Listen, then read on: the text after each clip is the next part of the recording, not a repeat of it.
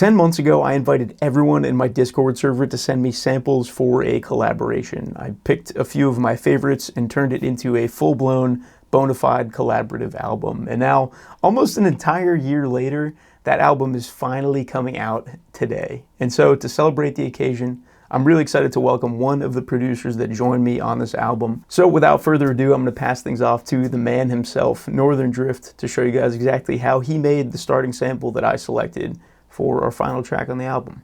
Hey everybody, my name is Dave. I write music under the name Northern Drift. Thanks a lot to Luke for inviting me to be part of this compilation. I had a ton of fun writing this track. I'm really excited with how it turned out. Today I'm going to talk about, my creative process, so how I approach writing a song from the beginning. Also, some of the techniques that I used as part of building this track.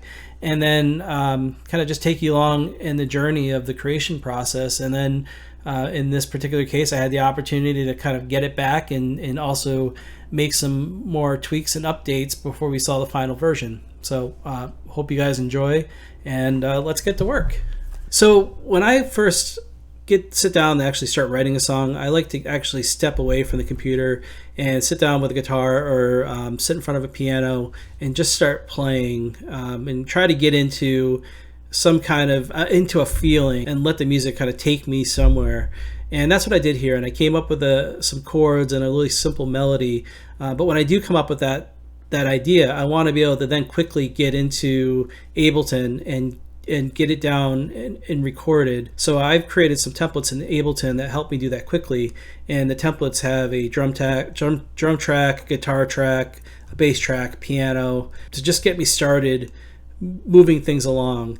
And in this drum track, I'll start with that. It's a plugin by XLN called XO, which is a drum sequencer. And what I do is I actually have created some different patterns in this. This one is a lo-fi sleepy starter pattern, and I already picked out some samples for kick and a snare that I liked for this particular genre. These actually come from Prithvi and Friends. Shout out to those guys for some free sample packs. And I use a really simple kick, snare pattern in this that sounds like this.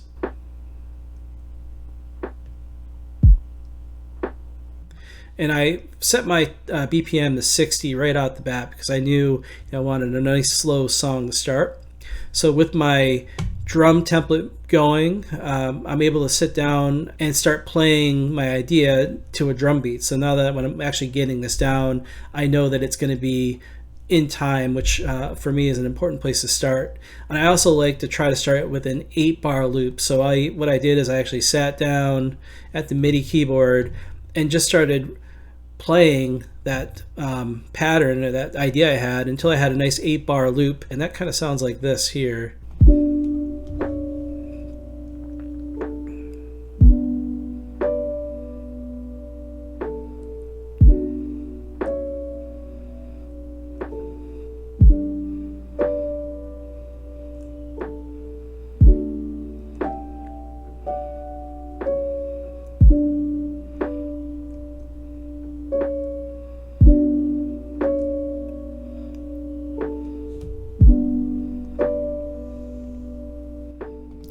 So it's a really simple, very basic chord plus melody on top. In regard to the actual plugin chain for this piano, I'm using Leco, which is by Felt Instruments, which is a great plugin.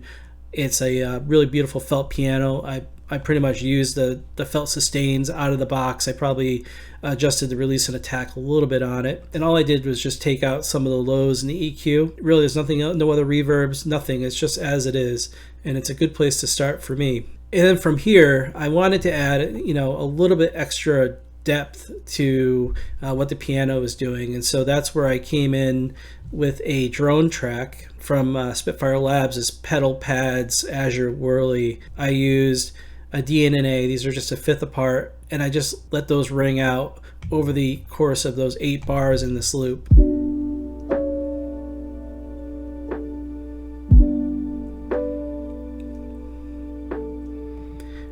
it just sits beneath it and just gives another addition to the bass layer that I'm starting to build in this loop. And speaking of bass, the next thing I did is I just like to add in and build a framework that I can then come in and put a the lead melody on that I plan on using the guitar for. So in this case, I plugged in my bass. I have an Ernie Ball Music Man bass. I went in and played DI directly into my interface. I use a plugin from IK Multimedia called Tonex, and I used an Ampeg B15 clean model that I pulled off the Tonex cloud. And then all I did was pull off the highs of the bass. It all comes together to sound like this.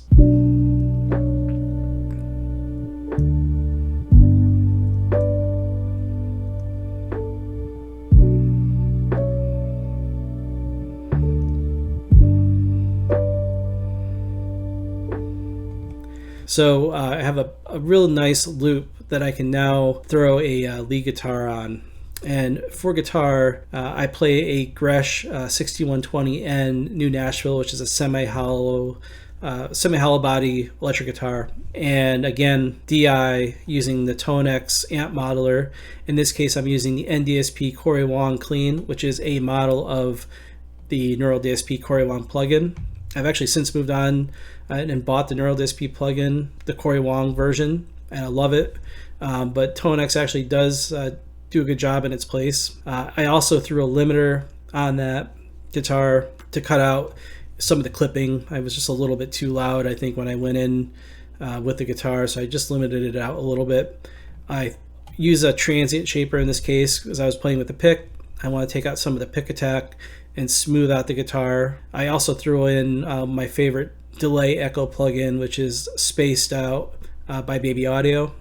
And I went with the After Image preset, which I really tend to go to. It's one of my favorites. On the EQ side, I EQ'd out a lot of the low end and also a lot of the high end of the guitar, so I get more of a really smooth guitar. And this was particularly because I wanted to be able to mesh with Luke's guitar on the rest of the EP, and so he shaves quite a bit of the high out of his guitar, so trying to meld with that style to create a cohesive EP. And then I also threw this whole thing through a glue compressor, and this is the Control Dynamics preset that comes with Ableton. And then at the end, I just threw in another EQ8, taking out a couple of frequencies that were bothering me overall, but nothing major there. So all together with the guitar, it sounds like this.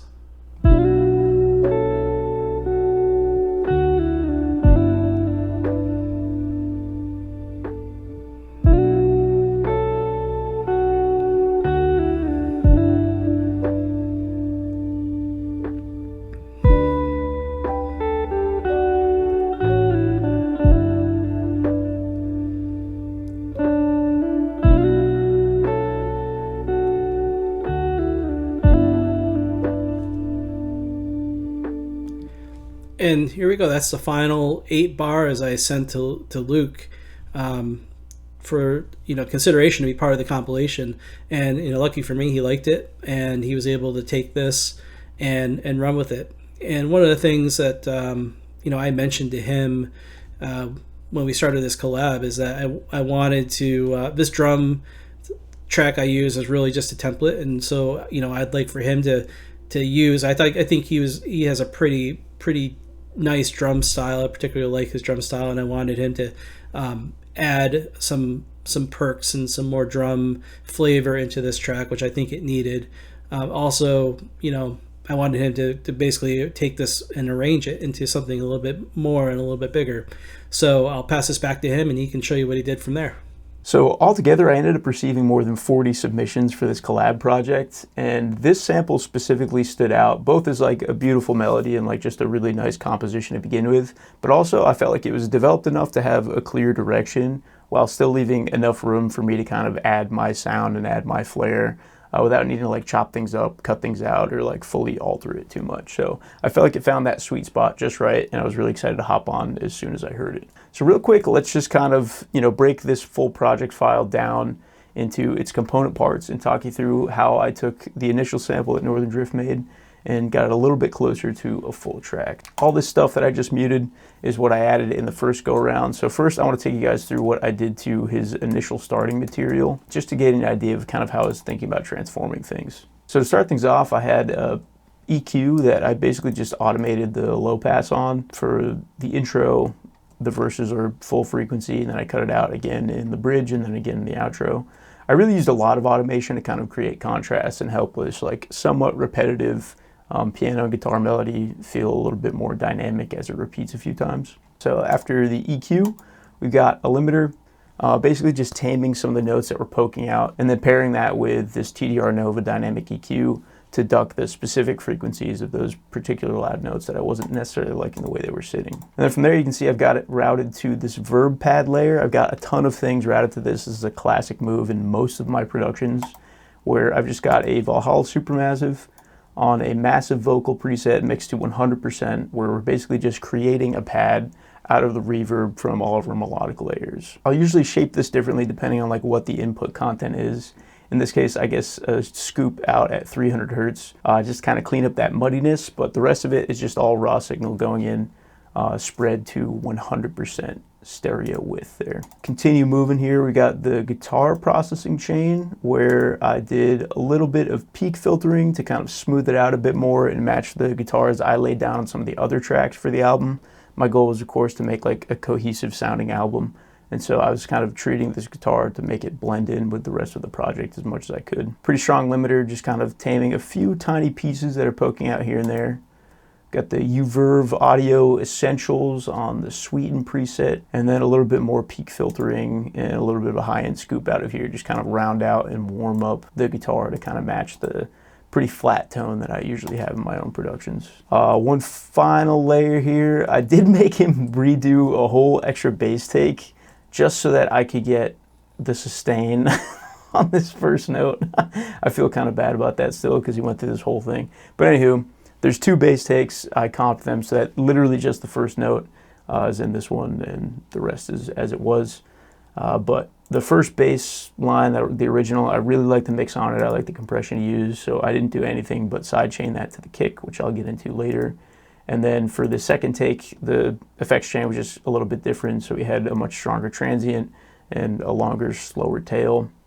So I had to do a little bit of, you know, aggressive compression, some EQing, a little bit of saturation here, basically just to try to match the tones of those two bass parts. All things told, I didn't make any super drastic changes to this, but I do think that like the piano automation, or sorry, the EQ automation on the piano and that reverb pad, and then a little bit of EQing that I did do a pretty good bit to kind of sit this in a slightly more musical space here. So let's give that a listen now.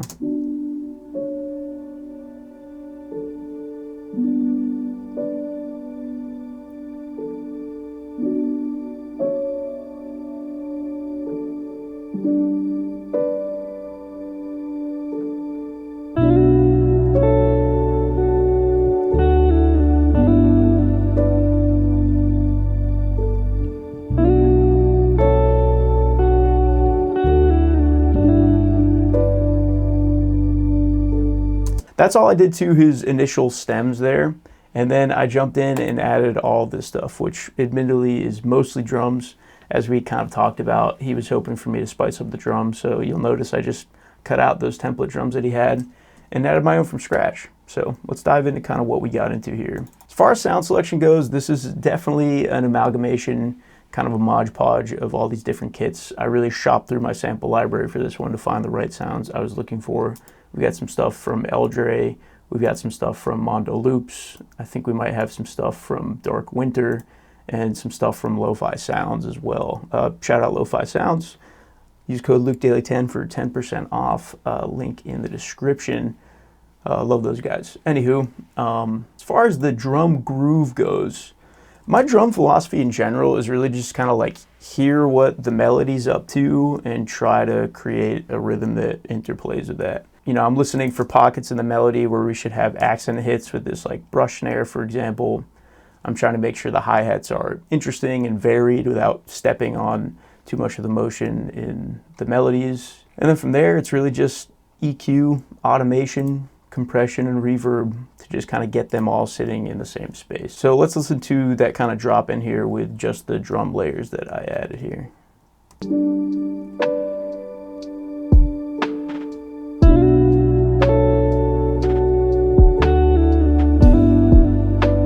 So, you know, accent open hats, offbeats, varied between offbeats and onbeats. We've got the kind of tickier hi-hats playing around in the stereo field a bit more. Real steady kick snare combo, not a lot of variance there. But this brush snare is playing some offbeats, giving a little bit of bounce, you know. Pretty basic stuff altogether though. You know, we're just kind of feeling it out. But of course that felt a little bit empty to me. So, you know, a really great way to fill spaces like that is just to find Foley loops. This one I believe is from a Mondo Loop Pack. This is one that I got from the Late Night Tones. I think that's from the Prithvi and Friends pack. And then this is one that I made myself. So you just kind of layer these in. They've all got kind of different rhythms, but they end up with like these interesting accent bits where, you know, there's volume peaks and sort of like offbeats and lead-ins to the snare that you can really like use to play off your percussion. I would warn you, don't just find a Foley loop that matches your tempo and drag it in. The groove for one Foley loop might not match the groove for your drums or vice versa. Sometimes it's easier to pull a Foley loop in first and then build a drum groove around that. But anywho, you guys know what you're doing. What am I saying?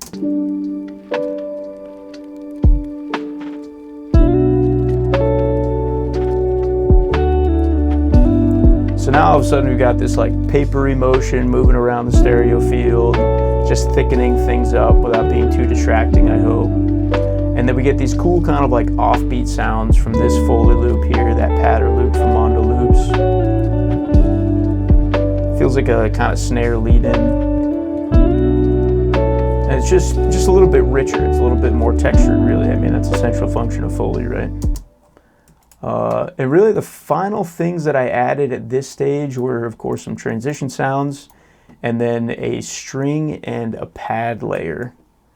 So the string layer, I think I just took, his MIDI from his piano. I asked him to share the MIDI with me and just copied it into a Vital preset, which I made some time ago. And then coming out of that, because there's a ton of high information, I threw that through an RC20. The Magnitude Transition 2 basically is just a super narrow filter preset. I think that's pretty much all I'm using it for. I guess a little bit of reverb as well. An EQ focusing on the highs that are left after the RC20. So then this Fruity Stereo Shaper instance is actually doing mid-side processing. So it's splitting the absolute center of the signal and the stereo information out into two separate sends. So the middle signal goes into another EQ where I'm scooping out 300 hertz again. I think I was making room for the guitar in this case.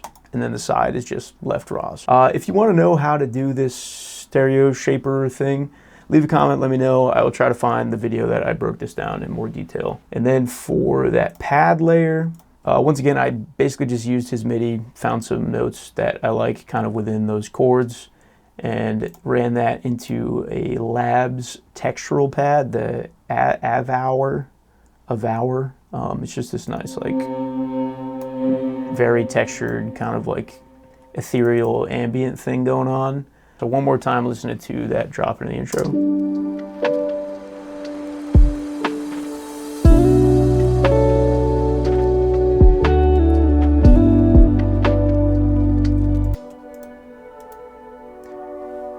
So you can sort of hear that textures floating around back there. The strings are moving, kind of just creating like a little bit more of like an ambient foundation for this track. And of course I've got, you know, channel volume automations through the intro, some volume automations just directly on the audio of our Foley, and then more EQ automations for the drums and the intro, and then we can get into the bridge. Like I said, I brought that piano automation back down, so the high end is gone. So now everything's like kind of more mid-focused. I've automated the snare down, so the snare is also just a little bit more of like a low muffled snare. I've simplified the drums quite a bit. I removed one of the snare layers. I removed that accented offbeat brush snare. I removed the offbeat hi-hat layers, so now it's just a much thinner hi-hat. automated EQ down on the hi-hat, so there's even less high end than I've already got kind of baked into like the individual hi-hat layers. So yeah, I just kind of used a lot of automation, a little bit of arranging to create contrast between that full drop with all of the components and then this nice middle section here is a lull.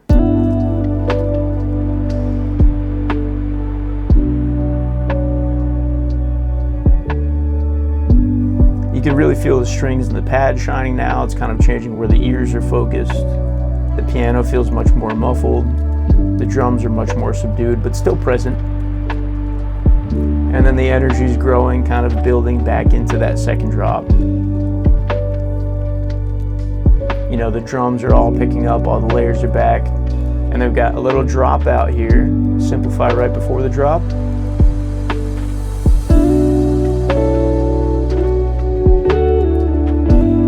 So in this second drop, the only thing I changed from the first was that I added a harmony guitar layer where I played a harmony layer to his main melody, panned that slightly left, and panned his original guitar to the right. But yeah, I mean, that pretty much did it for this first section. Of course, I created this like nice peaceful low moment in the middle, but felt like, you know, with full drop 1, full drop 2, the only difference really being a harmony and a little bit of panning, I felt like there needed to be something to really make this feel a little bit more varied and feel like a complete song. So because Northern Drift's guitar was the thing driving this track to begin with, I thought it would make sense to go back to him and see if he could come up with a second kind of B section melody to match this chord progression and just make it feel a little bit more evolved. So I'm going to pass things back to him so he can let you guys know exactly what he did to spice up the bridge and make this thing really feel like a full and polished track. I'll see you guys in a few. All right. So when Luke sent me back what he'd finished, I knew we were onto something. It started to sound really close to a finished song.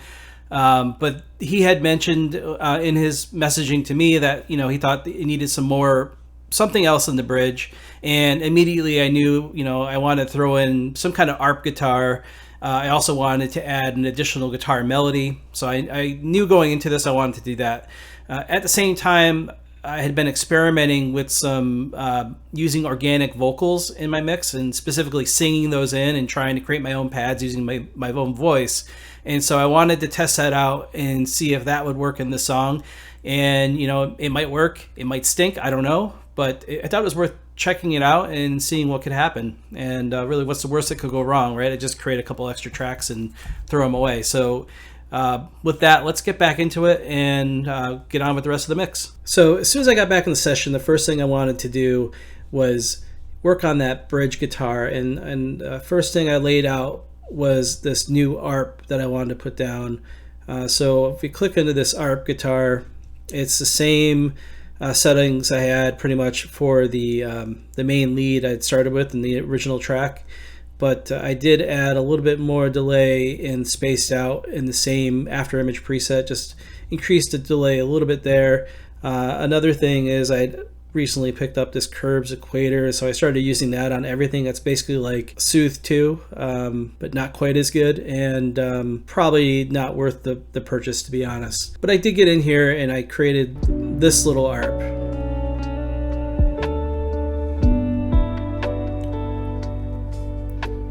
And it just kind of repeats throughout this bridge. It changes up a little bit, but it's just really there in the background. And then the next thing I did was add in another melody, and that kind of sounds like this.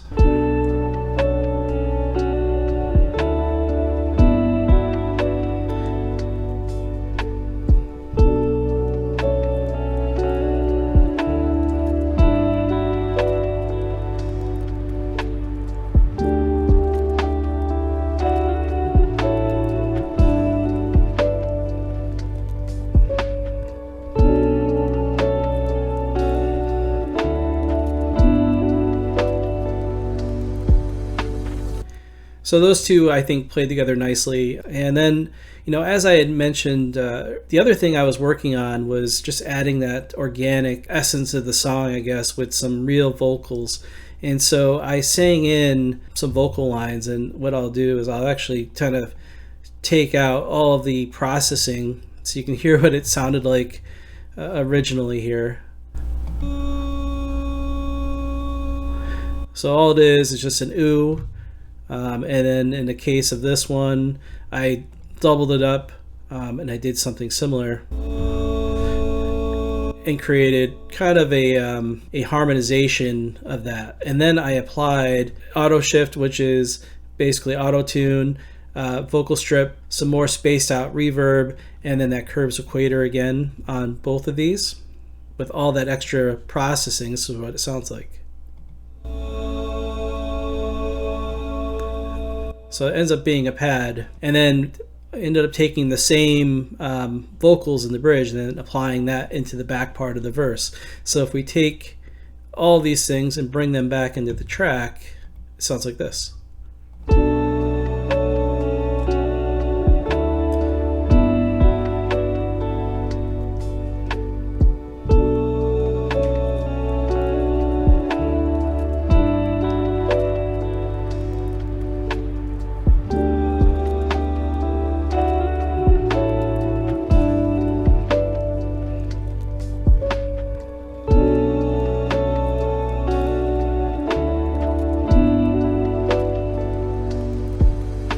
And I thought that bridge came out really nice when you pieced all this stuff together. I thought that, it just kind of all layered in very nicely. And once I had all that bridge figured out, there was one thing as I was listening to the song, I just kept hearing in my head this like little something it needed. And I don't know what exactly it was that drew me to it, but I threw in a Vital Synth preset by Mondo Loops, which is from his dark ambient preset pack, and just put in a single note pluck every now and then. I'll play that here again. It's just that note, but if you loop that, if you play that in the rest of the track, I think it adds a little bit of ear candy that just lays in the background every so often.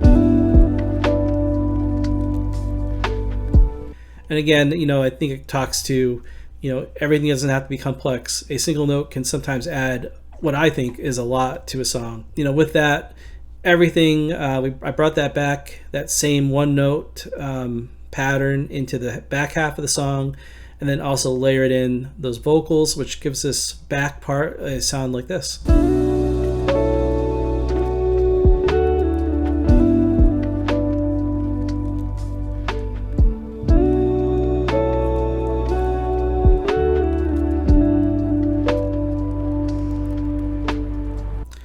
And again, all that layering, starts to add up. And I thought this really finished off the track, kind of brought everything up, almost crescendoed it out a little bit before it finally fades out in the end.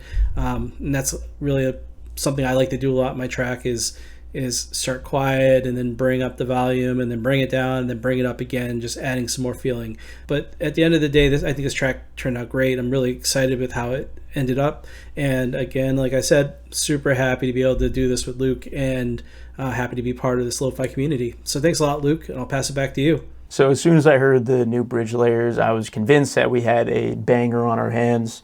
I really felt like it was exactly what the track needed to feel like evolved and complete. So super excited to kind of dive in and just get it polished up ever so slightly. Pretty much ready to ship. So here's all I did. So for the guitars, really the only processing I did was, again, this kind of like peak filtering that I did in the initial guitar layer, just to kind of try to smooth it out like I did with the other guitar to match the rest of the album. And then I sent those both to a bridge guitar bus, which is really just an RC20 instance on the Magnitude Transition 2. We got a solid mix of reverb and a slightly wider kind of bandpass filter than the previous example where I used the same preset. And then all I did was that throughout the bridge, I automated those filters to accept more frequencies in and make it feel bigger and grow throughout the drop as, our Foleys are coming back in and as our EQs are bringing more drums back in. The guitars the same way. They start narrow and grow a little bit more throughout the bridge. For the vocals, kind of similar story. Didn't do a whole lot, just a little bit of EQ trim on each of these vocals. Well, I don't know if that's like a little bit. I guess I was feeling pretty spicy that day. But long story short, I found some frequencies I wasn't super digging or felt like they were stepping on one another. Just tried to create some space so that things felt clean up in the top end. Yeah, I mean, I felt like those kind of just layered in really nicely with what we already had going on to create this nice dynamic moment where we got this totally separate and new feeling in this bridge section that kind of bleeds over into the second drop with these continued vocal phrases.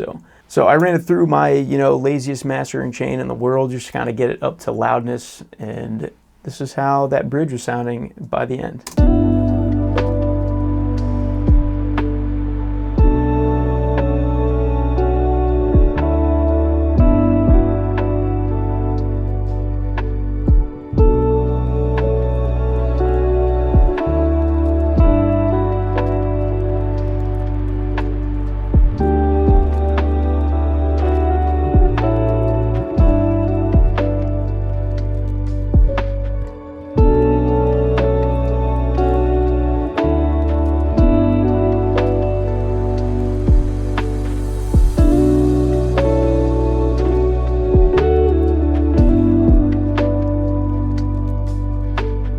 So huge shout out to Northern Drift for coming on the channel and helping me break down our track. Once again, this song is called Frayed. It's part of the new Community Collab Tape 3 called Inside Voices. It just came out today. A big thank you to Settle.fm for supporting this entire release. And another huge thank you to all the other producers that joined me on this very special album. I'm incredibly proud of how it came out.